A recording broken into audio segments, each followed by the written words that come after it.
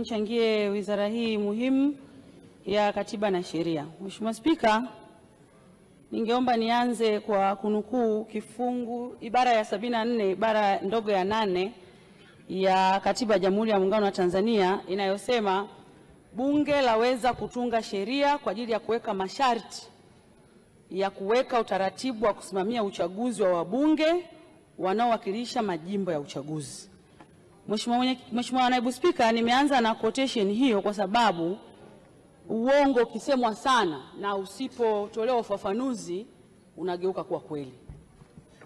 Mheshimiwa Naibu Spika, yako maneno ambayo yanajaribu kupotosha kwamba kitendo cha Bunge na Tume ya Uchaguzi kuwalazimisha vyama vya siasa kusaini kanuni za maadili ni kinyume na katiba. Mheshimiwa Naibu Spika, ibara ya 74 ibara ndogo ya 8 ya katiba, baada ya kutoa mamlaka hayo kwa Bunge mwaka jana, bunge hili tukufu na mimi nikiwa sehemu ya wabunge, tulitunga sheria mbili. Na Mheshimiwa Spika, ieleweke, utungaji wa sheria hizi mbili ulipelekea kufutwa kwa sheria kubwa mbili: sheria ya Tume ya Uchaguzi ya mwaka 1985 na sheria ya uchaguzi wa serikali za mitaa ya mwaka 1979. Tukatunga sheria, na kupitia sheria hiyo tukasema Tume ya Uchaguzi kwa kushauriana na serikali na vyama vya siasa watatengeneza kanuni za namna bora ya uendeshaji wa uchaguzi wa serikali za mitaa, rais, wabunge na madiwani.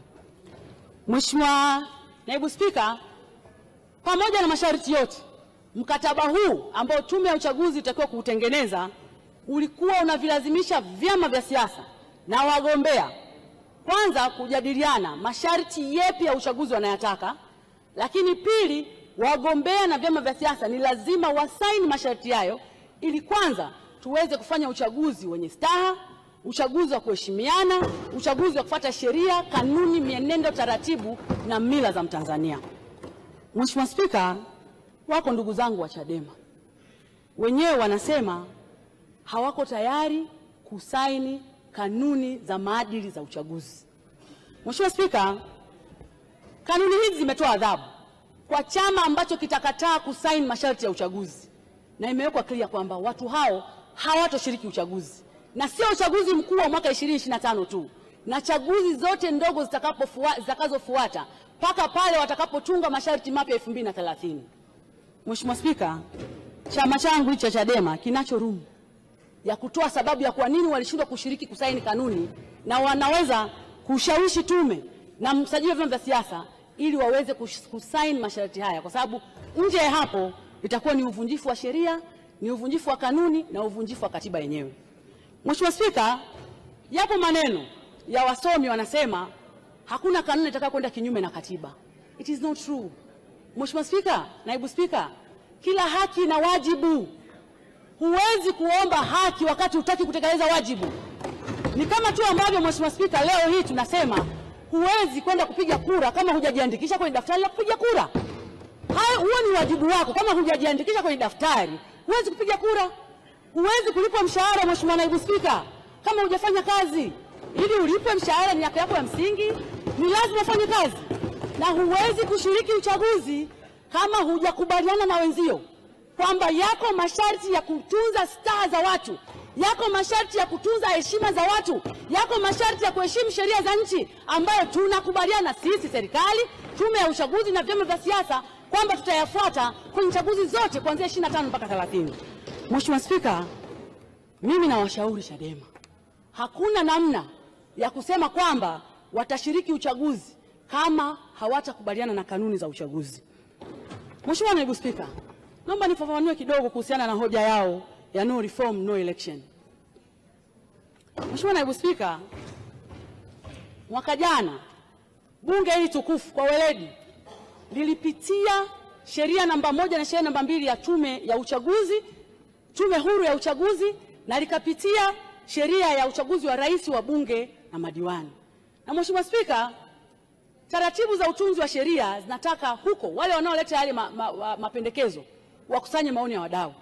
Lakini ili kuondoa mashaka katika utungaji wa sheria hizi mbili sensitive, bunge liliita wadau hapa bungeni kwa ajili ya kutoa maoni. Na Mheshimiwa Spika, chama cha Chadema kiliwakilishwa na katibu mkuu wa chama, wakaleta maoni hapa bungeni, John Mnyika. Haikutosha, wakaja baraza la vijana wakaleta maoni. Haikutosha, likaja baraza la wanawake wakaleta maoni. Haikutosha, wakaleta hilo wanaoliita bunge la wananchi chini ya mama yangu Susan Limo wakaleta maoni. Na Mheshimiwa Spika, kwa taarifa tu kwenye bunge hili tukufu, asilimia zaidi ya 95 ya maoni yaliyotolewa yalichukuliwa yakaingizwa na tukatunga sheria hizi mbili za uchaguzi. Mheshimiwa Spika, wote tunajua ndani ya bunge hili masharti ya ubadilishaji wa zile sheria yalikuwa ni magumu sana. Joto lilikuwa kubwa sana pale Msekwa. Mheshimiwa Spika, hebu fikiria mazingira ambayo tunataka sisi wabunge ambao kimsingi na tunashiriki uchaguzi tubadilishe sheria ambayo kimsingi ilikuwa ina wafeva wabunge wengi ya kupita bila kupingwa. Kulikuwa kuna kifungu kinasema ikitokea vyama vingine vimekosekana kushiriki uchaguzi, basi mgombea atakuwa amepita bila kupingwa. Leo akibaki mgombea mmoja, Mheshimiwa Spika, sheria mpya inasema atapigiwa kura ya ndio na hapana. Hivi nani anaweza kukubali kitu cha namna hiyo? Joto la uchaguzi lilivyokuwa kali, lakini bunge hili liliridhia mtu anapigiwa kura ya ndio na hapana, na yale yalikuwa ni maoni ya vyama vya upinzani. Mheshimiwa Spika, katika mazingira ya kawaida wakurugenzi wa uchaguzi tulizoea wana machinery zote za kusimamia uchaguzi, lakini maoni ya serikali yalikuwa ni lazima wasisimamie uchaguzi, na kesi zilipelekwa mpaka mahakamani. Mheshimiwa Spika, sisi bunge tukaridhia na Mheshimiwa Rais akasaini kwamba sasa wakurugenzi watakaa pembeni, atasimamia mtumishi wa serikali mwandamizi na atasaidiwa na raia wa kawaida ambao watafanya maombi na watafanyiwa usaili, na watakapofanikiwa wale waliochaguliwa kusimamia uchaguzi kama wasimamizi wasaidizi watabandikwa kwenye gazeti ya serikali, kila mtu ataona kwa uwazi ili tuweze kuwajibisha serikali. Ni nani anaweza kukubaliana na kifungu cha namna hiyo? Lakini serikali hii chini ya Mheshimiwa Rais ilikubali ili kuhakikisha uchaguzi unakuwa huru na haki. Mheshimiwa Spika, wote tunafahamu hapa kwenye sheria ya tume ya uchaguzi lengo la kila chama cha siasa ni kushika dola, na ili ushike dola unajua kuna mambo ambayo ni privilege utayapata. Mheshimiwa Rais alikuwa na privilege, alikuwa na upendeleo wa kipekee wa kuchagua mwenyekiti na makamu mwenyekiti wa tume ya uchaguzi, lakini leo ameamua kujivua madaraka yale. Amekabidhi kamati maalum, ameweka majaji, akaweka element ya muungano, secretariat ya haki za binadamu na mjumbe mmoja, na kusema wale ndio watampelekea majina matatu ambayo yataqualify kuweza kupata mwenyekiti na makamu mwenyekiti wa tume ya uchaguzi. Wanataka tufanye nini ili waweze kuelewa? Mheshimiwa Mwenyekiti, Mheshimiwa Naibu Spika, tunapokea ushauri, lakini lazima tukubaliane hapa, tusipotoshe umma kutaka kutekeleza jambo ambalo tunajua hata wale wanaolipendekeza hawajatekeleza wajibu wao. Wote tunajua hapa wanasema no reform no election. Well and good. Utaratibu wa utunzi wa sheria unasema mtu binafsi, mbunge au wizara yenye dhamana wanaweza kupeleka mapendekezo ya mabadiliko ya sheria au utunzi wa sheria kwenye serikalini, na ukipeleka serikalini mapendekezo yale yatapelekwa kwenye baraza la mawaziri kwa maana ya katibu mkuu na baraza la mawaziri kwa ajili ya kuchakatwa. Yakitoka pale yataletwa bungeni. Bungeni tutakuwa tuna public opinion kusikiliza. Tukitoka hapo maoni yale yataingizwa bungeni kwa ajili ya kujadiliwa. Mheshimiwa Spika, sio Tundu Lissu, sio TLS, sio mwanasheria, sio mbunge, hakuna hata mtu mmoja aliyeanzisha mchakato wa mabadiliko ya sheria. Leo unasema no reform no election. Utafanyaje reform kama hata mchakato wenyewe wa kubadilisha sheria haujafanyika? Utafanyaje reform? Hakuna mtu aliyejitokeza, hakuna mbunge si wa upinzani wala wa chama tawala, hakuna serikali ambayo imemove motion ya mabadiliko ya sheria. Hiyo no reform ni ya kwenye majukwaa. Mheshimiwa Naibu Spika, hatuwezi kukubaliana na jambo hili. Tusipotoshe umma. Na mimi niwaambie Mheshimiwa Attorney General, umeishauri vizuri sana serikali kwenye hili, kwa sababu ili tuweze kufanya mabadiliko ya sheria pengine tunahitaji muda zaidi, lakini bunge hili uhalali wake mwisho ni tarehe 27 mwezi wa sita. Likivuka hapo tunakiuka katiba. Wanataka tufanye hivyo, hatuko tayari. mwanasheria mkuu wa serikali, umeongoza vizuri jopo la mashauriano. Mimi nakupongeza. Waziri wa Katiba na Sheria, umeongoza vizuri jopo la mashauriano. Mimi nawapongeza.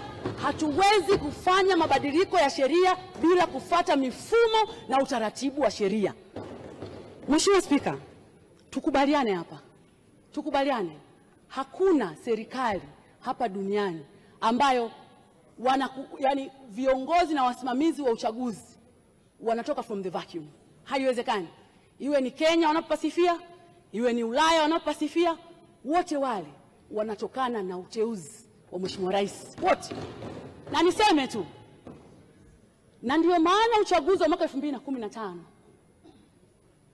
tofauti ya kura ilikuwa ni ndogo sana, kwa sababu mgombea wa upinzani aliweza kusimama akamshawishi msimamizi wa uchaguzi wa kwenye kata yangu kule Ibadakuli, akamshawishi msimamizi wa uchaguzi pale Shinyanga, akamshawishi mheshimiwa DC pengine, akamshawishi mkuu wa mkoa, vyombo vya dola, na ndiyo maana tofauti ya kura ikawa ndogo. Haiwezekani under the sun.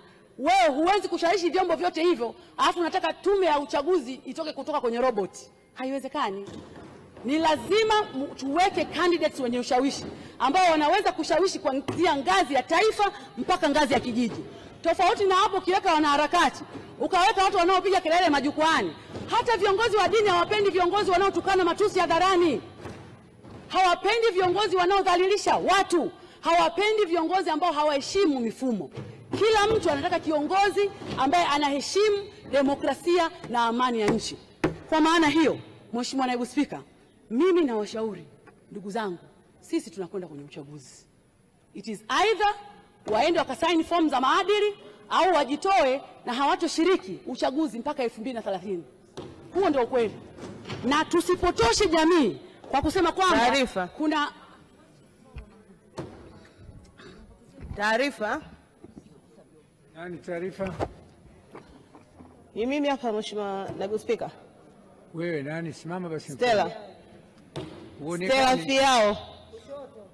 Stella.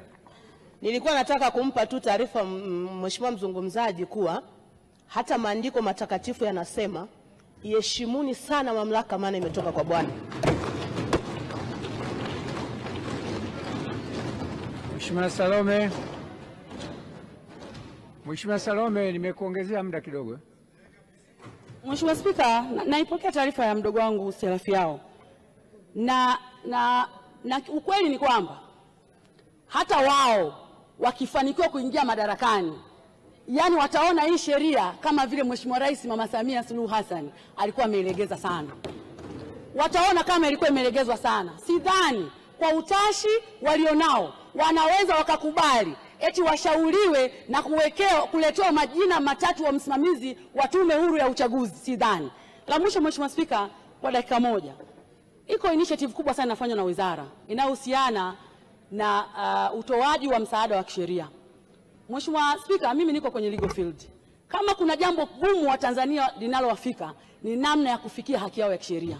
Hao watu wanafanya jambo kubwa sana. Changamoto kubwa ninayoiona Mheshimiwa Spika ni muda wanaopata katika maeneo enda kutoa msaada wa kisheria. Lakini changamoto ya pili ni uwezo wa kifedha kwenye mfuko wa Samia Legal Aid Campaign. Hii kampeni imebeba jina kubwa sana. Nilikuwa na shauri Mheshimiwa Spika.